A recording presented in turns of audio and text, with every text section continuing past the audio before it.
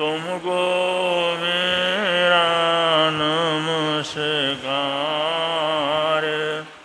सर्व जगत के अलंकार, प्रणाम तुम्हें मेरा हर बार। तीन जगत के नाथ आपके चरणों में जाऊं बलिहार। भवसागर के शोषण करता तुमको वंदन। नाम प्रभु का निहाल कर दे फूल शांति के खूब खिले। मानव जीवन महक उठे तब सुमति अरुषत कर्म मिले। वीतरागता ध्येय ध्यान का सद जाए नर जीवन में। अनेकांत अहिंसा फलित हो सर्व जगत के प्रांगण में। अनेकांत अहिंसा फलित हो जन जगत के प्रांगण में।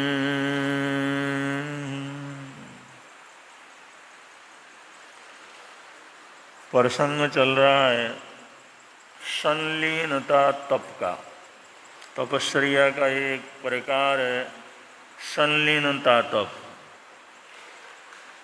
जैसे अनशन तप है, उनुदरी तप है, भिक्षाचारी तप है, या रस परित्याग तप है, काय क्लेश तप है। ऐसे ही जो छठा जो तप है, छठा बाह्य तप है, उसका नाम है संलीनता, और इसको प्रति संलीनता भी कहते हैं। तो ये तपस्या अपने आप में बहुत ही महत्वपूर्ण है, और ये आंतरिक तपस्या में प्रवेश करने का एक प्रवेश द्वार है। आंतरिक तपस्या को तपने की योग्यता इन बाह्य तपों के तपने से उपलब्ध होती है। तो संलीनता तप क्या है, इसका थोड़ा सा परिचय यहाँ पर चल रहा है। वैसे संलीनता का सामान्य तो अर्थ होता है परम शांत अवस्था के अंदर बैठना। हम शरीर से भी शांत हों, विचारों से भी शांत हों, मन से भी शांत हों, और अपने श्वासोश्वास से भी शांत हों, और प्राणों से भी शांत हों। तो इतने शांति का अभ्यास करने के बाद चेतना आत्मा की शांति घटित होती है।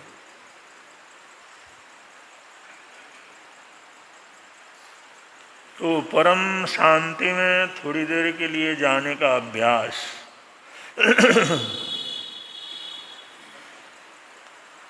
इसके लिए शास्त्रकार कहते हैं हम जितने शांति का अभ्यास करते हैं उतना ही जीवन के अंदर यत्न का या होश का अभ्यास करना होता है। ध्यान से बेहोशी नहीं बढ़ती, होश बढ़ता है। अगर होश बढ़ता है तो हमारी ज्ञान की भी वृद्धि होती है, समझ की भी वृद्धि होती है, यादाश्त की भी वृद्धि होती है,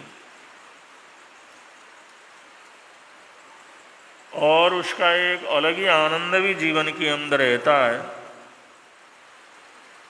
लेकिन हम लोग खाते हैं तो बेहोशी में खाते हैं, चलते हैं तो बेहोशी में चलते हैं, कोई कार्य करते हैं तो भी हमारा होश नहीं रहता, रूटीन से करते रहते हैं, शास्त्रकार कहते हैं रूटीन से नहीं करना, होश से करना है।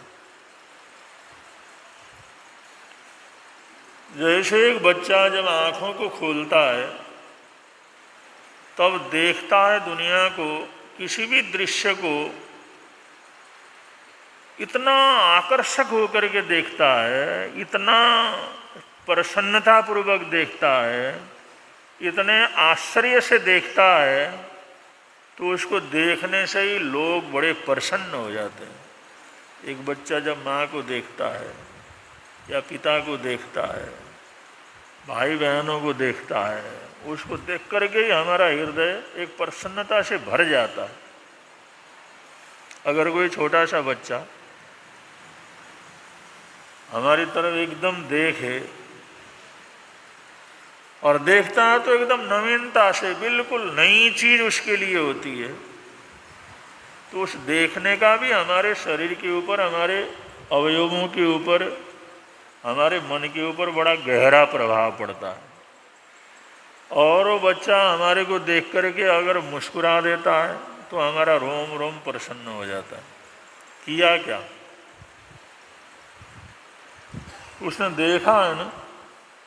और ऐसा देखना धीरे धीरे आगे जाकर के ख़त्म हो जाता है। वो 4 वर्ष का, 5 वर्ष का बड़ा हुआ और बराबर का हुआ, वो देखता है तो फिर लोग डर जाते हैं, अरे कैसे देख रहा है।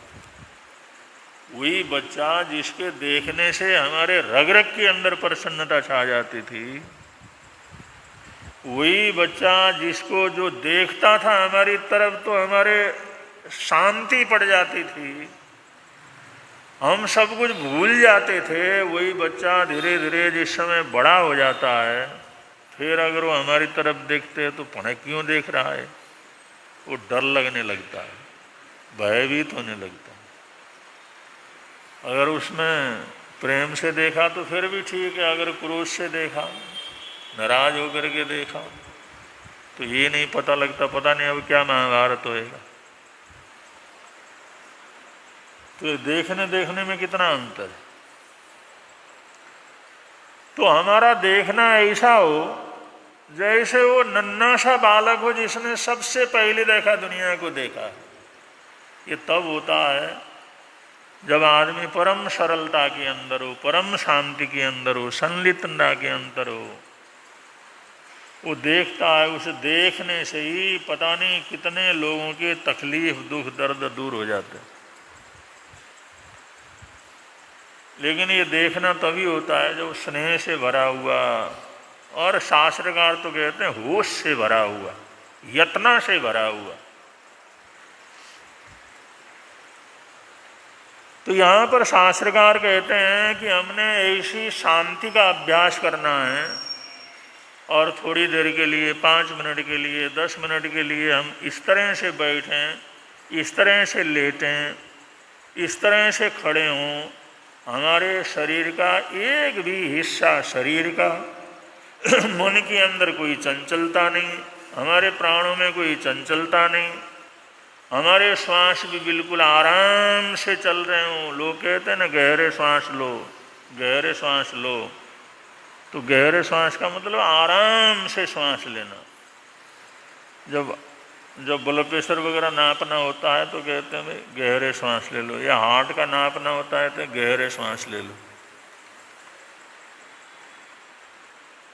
तो हम जो है, अगर हमारे श्वास की प्रक्रिया बिल्कुल शांत हो जाती है तो गहरे श्वास हो जाते हैं।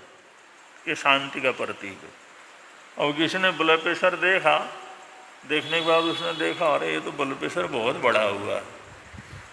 अगर थोड़ी देर वो लेट जाए या अपने शरीर को शिथिल छोड़ दे, बिल्कुल ऊपर से नीचे तक ढीला छोड़ दे शरीर को, थोड़ी देर हिलन चालन कुछ नहीं, पूरी शांति के साथ अगर 5 मिनट बैठे, न कुछ ऐसा सोचना, न कोई चिंता, न कोई फिक्र, न कोई परेशानी, पूरे शरीर को, मन को पूरा ढीला छोड़ दे, 5 मिनट के अंदर ढीला छोड़ दे और दोबारा नाप ले, तो उसका ब्लड प्रेशर बिल्कुल ठीक आएगा। या कहीं डिग्री जो है ऊपर चढ़ा हुआ तो नीचे आ जाएगा। उन्होंने कहा हुआ क्या? ये अगर हम इस तरह से जो है एक शांति का अभ्यास ही करते हैं 5 मिनट के लिए, तब भी बढ़ा हुआ blood pressure, high blood pressure low हो जाता, नीचे उतर आ जाता। अब ये तो प्रत्यक्ष में हम देख सकते हैं ना उसमें।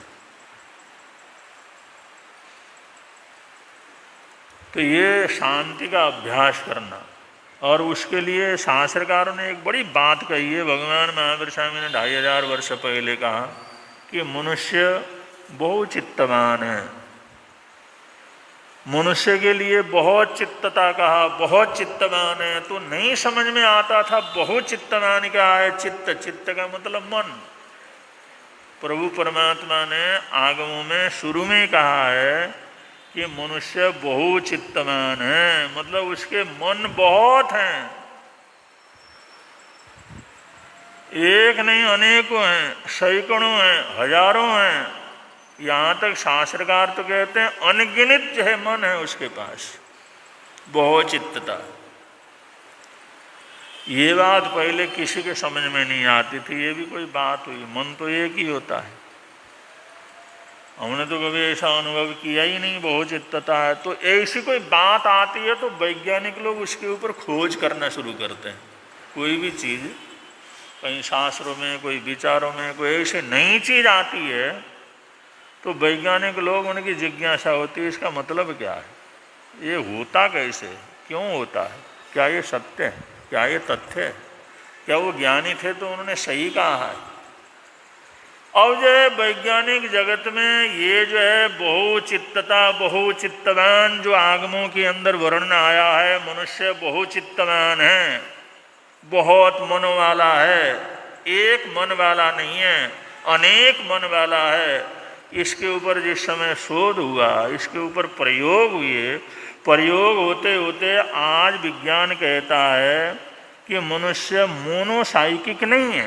मोनोसाइकिक का मतलब एक मन वाला नहीं है, आज का विज्ञान मानता है। आज के वैज्ञानिक तथ्य रूप से मानते हैं कि मनुष्य मोनोसाइकिक नहीं है। मोनोसाइकिक नहीं है का मतलब एक चित्त वाला नहीं है, ये पॉलीसाइकिक है, माने अनेक चित्त वाला है। तो वैज्ञानिक जगत मानता है हम लोग अनेक चित्तवान हैं, हमारा एक मन नहीं अनेक मन है। ये अनेक मन होने के कारण से हम अंदर से कुछ होते हैं, बाहर से कुछ होते हैं, बोलते कुछ हैं, करते कुछ हैं। तो हमारा जो जीवन है ना वो इतना जो जटिल होता है, ये बहुत चित्तवान होने के कारण है कि हमारे बोली में क्या है, हमारे चेहरे में क्या है, हमारे दिल में क्या है, हम क्या सोचते हैं, ये अगला कुछ अनुमान तक नहीं लगा सकता। इतनी चित्तताएं हमारे अंदर। तो हम बहुत चित्तवान, इसलिए अत्यंत चंचल हमारा जीवन इसलिए है कि बहुत चित्तवान है। क्षण भर के अंदर हमारे भाव बदल जाते हैं, क्षण भर के अंदर कोई सोच बदल जाता है, मतलब एक मन से दूसरे मन के अंदर चले जाते हैं, और उस मन के अंदर जाते ही हमारा शरीर का सारा हाव भाव, चाल चलन सब कुछ जो है बदल जाता है। एक आदमी अच्छा भला है और क्षण भर के अंदर ही, एक क्षण भर के अंदर उसका गुस्सा आया, और गुस्सा आगे उसका चेहरा भी बदल गया, आंखें भी बदल गईं, उसके हाथ पैर का हिलन चलन भी बदल गया, चल रहा हो तो चाल पाल भी बदल गया, सब कुछ बदल जाता है। और देखने वाला झट कहता है इसको गुस्सा आ गया। अगर उसको प्रसन्नता हो जाए, खुशी हो जाए, तो खुशी का भाव आते ही उसके शरीर के अंदर सारा कुछ बदल जाता है, सोच भी बदल जाता है, विचार भी बदल जाता है, चाल चलन भी बदल जाता है, उठना बैठना बदल जाता है, अपने इशारे बदल जाते हैं, सब कुछ बदल जाता है। तो शास्त्रकार ये कहते हैं मनुष्य बहुत चित्तवान है, इसके अंदर एक चित्त नहीं है। वैज्ञानिक के अनुसार मोनोसाइकिक नहीं, पॉलीसाइकिक है, माने बहुत चित्त वाला है। तो इस अवस्था को हमने निरीक्षण करना है। शास्त्रकार ये जो संलीनता तप का जो वर्णन करते हुए कहते हैं हमने अपने जीवन का निरीक्षण करना। निरीक्षण करना क्या, जब क्रोध आए तो उस रूप को देखो, लोभ आए तो उस अवस्था को देखो, मायाचारी आए तो उस अवस्था को देखो। अगर तुम्हारे अंदर टेंशन वगैरह आता है तो वो अवस्था को देख लो, कोई चिंता फिक्र परेशानी आती है तो उस अवस्था को देखो। ये सबसे कठिन तपस्या है। और क्रोध आए तो क्रोध को देखने का प्रयत्न कहाँ कर सकते हैं, तो उसमें तो एकदम बेहोशी छा जाती है। तो शास्त्रकार यहाँ कहते हैं ये अगर तपस्या करना हो तो जैसे तुम्हारे भाव बदले, तुम एक कमरे में शीशा रख लो और उस शीशे के सामने जा कर के देखो तुम्हारे चेहरे में कैसे कैसे भाव आ रहे हैं, तुम्हारा चेहरा कैसे बदल जा रहा है, तुम्हारे हाव भाव कैसे बदल रहा है, तुम्हारी शकल सूरत कैसी हो रही है। अगर जो है तुम जो है प्रसन्न होते हो तो उस समय तुम्हारा हाव भाव शकल सूरत किस तरह का हो जाता है, ये अपने आप को बहुत अच्छी तरह से, बहुत गहराई से निरीक्षण करना। अब इतना निरीक्षण कहाँ करते हैं, हमारे को तो अपने शकल सूरत का भी पता नहीं। फोटो देखते हैं तो पता लग जाता है, उसके बिना तो हमारे को पता भी नहीं लगता। अगर किसी को कहते भाई भगवान का ध्यान, तुम अपना ध्यान कर लो, भाई बैठ करके अपने शकल सूरत को सामने लाओ, नहीं आएगा। आना चाहिए। अपनी तो इतनी पहचान होनी चाहिए, इतनी पहचान होनी चाहिए, हम स्व ध्यान, स्व स्वरूप का ध्यान, अपना ध्यान कम से कम बड़े प्रत्यक्ष रूप में कर सकें कि हम सोचें, हम ध्यान करके बैठें, आंखें बंद करें तो अपनी पूरी शकल सूरत हमारे सामने आ जाए। ये अपने में तल्लीन होना, संलीनता, अपने में तल्लीन होना, अपने को देखना, अपना परिचय करना। दूसरे के शकल सूरत तो फिर भी आ जाएगा, जिसको हम चाहते हैं या जिसके साथ प्रेम है, जिसके साथ जो मोह है, उसकी शकल सूरत तो फिर भी आ जाएगी, लेकिन फिर भी बहुत बार नहीं आती। माता पिता की शकल सूरत नहीं आती लोगों के सामने। तुम कहोगे अपने पिताजी का ध्यान करो तो वो हक्के बक्के रह जाते हैं, पिताजी का ध्यान, और उनको फोटो कैसे लाएं। चाहे फोटो देख करके कर लो, फिर मन से कर लो। और माता पिता को तो कितना देखा हुआ, कितना देखा हुआ, हजारों लाखों करोड़ों अनंत बार उनको देखा हुआ, लेकिन फिर भी उनका ध्यान नहीं कर पाते। जब उनका ही ध्यान नहीं कर सकते, उनको ही सामने नहीं ला सकते, तो परमात्मा को कहाँ से लाएंगे जिसको देखा ही नहीं।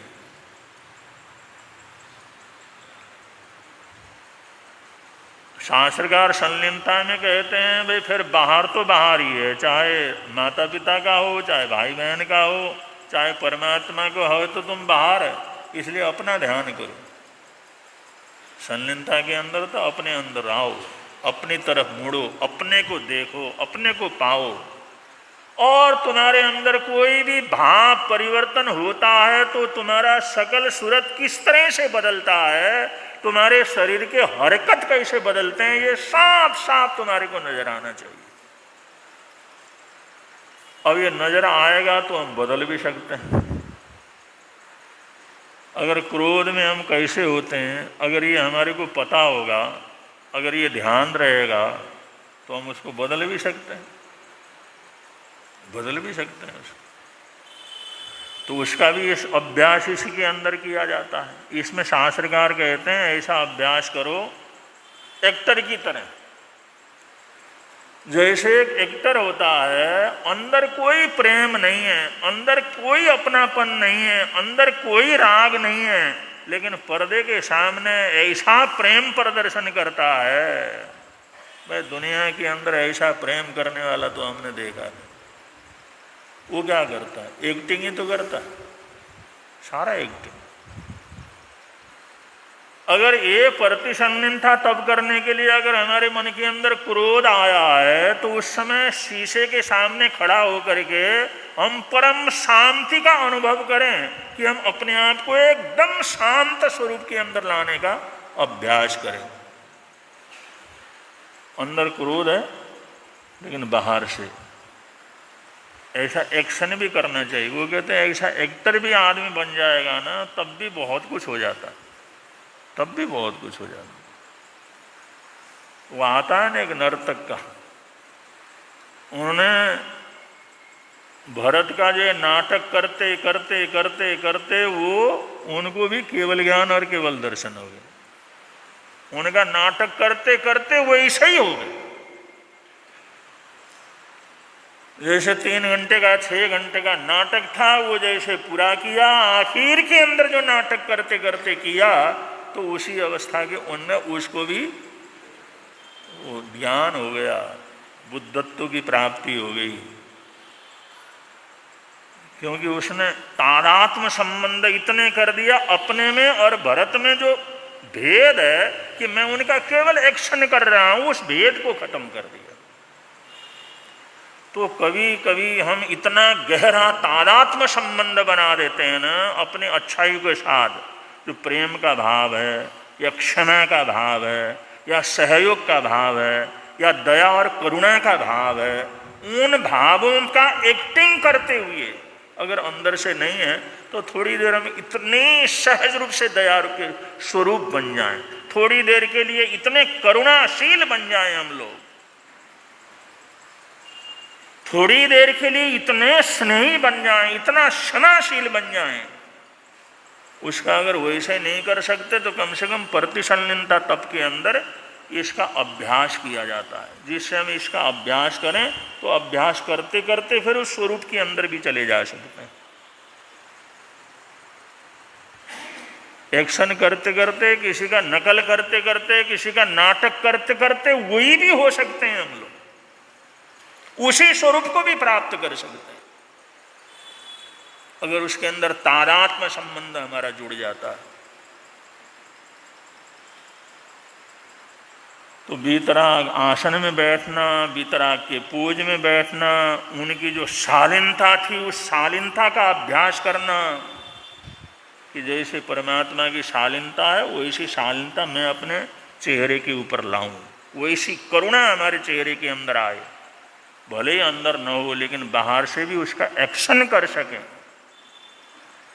अगर ये शक्ति भी बढ़ती है तो कभी भी इंसान क्रोध को क्षमा में बदल सकता है और द्वेष को प्रेम में बदल सकता है, क्रूरता को करुणा में बदल सकता है, अगर ऐसा एक्शन भी कर लेते हैं थोड़ी देर के लिए।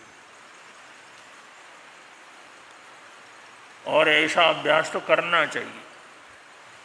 एक साधारण एक्टर कर सकता है तो हम लोग क्यों नहीं कर सकते? करना चाहिए। जिस दिन क्रोध आए उस दिन इतने शांति का अभ्यास करो, ऊपर से इतने प्रसन्नता का अभ्यास करो। अंदर तो क्रोध है, अंदर तो नफरत है, लेकिन बाहर से हम इतना अच्छा कर लेते हैं। अगर ये अभ्यास भी करते हैं, ये अभ्यास भी हमारे को कभी कभी एकदम छलांग लगा करके वो आंतरिक संपूर्ण व्यक्तित्व को बदलने का कारण बन सकता है। तो ये अपने को देखने का, अपने का निरीक्षण करना, अपने हर भाव को निरीक्षण करना, चेहरे के भाव के एक एक भाव को आत्मसात करना, देखना, उसका अनुभव करना। और सबसे पहले तो अनुभव नहीं होता, लेकिन अगर हम शीशे के सामने बैठ कर के अपने चेहरे को पढ़ना शुरू करें, अपने भावों को पढ़ना शुरू करें, उनको गहराई से पढ़ें कि क्रोध में मेरा चेहरा कैसा रहता है, घृणा में मेरा चेहरा कैसा रहता है, बहुत प्रसन्न रहता हूँ, खुश रहता हूँ तो उस समय मैं कैसा दिखता हूँ। अगर ये सारे स्वरूप हमारे को जानकारी हो जाए तो इसके लिए बड़ी शांति में जाने की ज़रूरत है, बड़ी शांति से सोचने की, देखने की ज़रूरत है, और सारी दुनिया की तरफ से दृष्टि हटा करके अपनी तरफ देखने की ज़रूरत है। अगर ये अभ्यास हमारा थोड़ा थोड़ा बढ़ता है तो भेद विज्ञान का भी हम बहुत अच्छा अभ्यास कर सकते हैं इसके माध्यम से। क्योंकि हमारे अंदर कुछ अलग है और हमारे चेहरे में कुछ अलग है, और दोनों चीज़ों को अगर हम देखना चाहें, अंदर क्रोध है और बाहर क्षमा शांति है, तो देखने के लिए अलग रहना पड़ेगा ना। अलग रहेंगे तो भी तो उसको देख सकेंगे। तो ऐसे दोनों विपरीत भावों को अगर हम करने लगे, भी हम वचन से क्या हूँ, मन से क्या हूँ, शरीर से क्या हूँ, इसके अंदर मेरी कितनी भिन्नता है, इस बात को अगर गहराई से हम समझने लगें, गहराई से समझने लगें तो हम अलग हो जाते हैं। तो हमारा शरीर अलग हो जाता है, हमारा मन अलग हो जाता है, इस प्रकार बाहर से देखने की एक कला भी आ जाती है। और ये बहुत जो है गहरी साधना है, जिसको भेद विज्ञान की साधना कहते हैं। ये सब प्रतिसंलिनता तप के अंतर्गत ऐसे अभ्यास किए जाते हैं।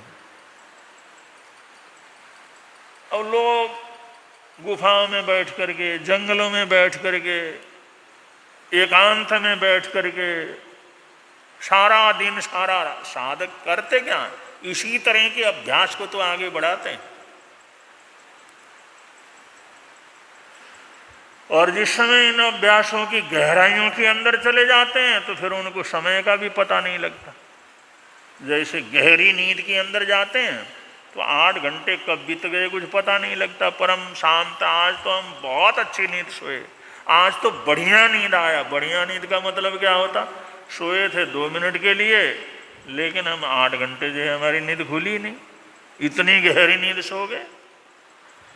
तो जैसे तल्लीनता बढ़ती है ना किसी चीज़ के अंदर, और अपने आप के अंदर जब तल्लीनता बढ़ती है, ये संलीनता का तप जिस समय बड़ा गहरा हो जाता है तो समय कब निकल गया कुछ अता पता नहीं लगता। और इतनी शांति में जो समय निकलेगा, इतनी शांति में समय निकलेगा, तो उस समय के साथ हमारे कर्मों की निर्जरा भी होती चली जाती है। उस समय आने वाले जो दुख दर्द हैं, तकलीफ हैं, परेशानी हैं, वो भी उसके साथ साथ खत्म हो जाते हैं, निर्जरित हो जाते हैं सब। तपस्या निर्जरा तो है। और रात को हम सोते हैं तो उतने देर जो मच्छर ने काटना है, मक्खियों ने काटना है, तकलीफ देना है, परेशानी होनी है, नींद नहीं आना है, भूख लगनी है, प्यास लगनी है, वो सारे के सारे जो कर्म हैं वो भी तो उसके साथ साथ खत्म हो जाते हैं। गहरी नींद आ गई तो उसके साथ साथ वो सारे भी खत्म हो गए। ऐसे ही जितनी गहराई के अंदर हम संलीनता के अंदर चले जाते हैं, समय ऐसा बीतता चला जाता है, और उसके साथ साथ उस समय उदय के अंदर आने वाले जो कर्म दल वगैरह हैं, पाप कर्म हैं, वो भी उसके साथ साथ जो है विलीन होते चले जाते हैं, क्षणिक हो जाते हैं, नष्ट होते चले जाते हैं, और एक आध्यात्म की परम शांति का अनुभव साधक कर लेते हैं। ये प्रति संलीनता का तप का अभ्यास है। अब ये बहुत गहरा अभ्यास है, इसलिए एकदम तो समझ में कुछ आएगा नहीं, लेकिन फिर भी समझने का प्रयत्न कर लेना चाहिए। कुछ बातें और इसके अंदर हैं, आगे आप लोगों को बतला करके और आगे बढ़ेंगे। बड़े प्रेम से आप लोग बोलेंगे, मिलता है आनंद प्रभु की वाणी से, मिलता है आनंद प्रभु प्रवर्तक शांति गुरुवर प्यारे, प्रवर्तक शांति गुरु जीवन नैया के रखवारे, जीवन नैया के जोड़ गए संबंध प्रभु की वाणी से, जोड़ गए संबंध प्रभु की वाणी से, मिलता है आनंद प्रभु। आज का एकासना व्यासना या और कोई पचखान हो तो एकासना व्यासने का पचखान आप लोग ले सकते हैं। आपके मंदान के अनुसार पचखान अर्यंत सिद्ध पड़ी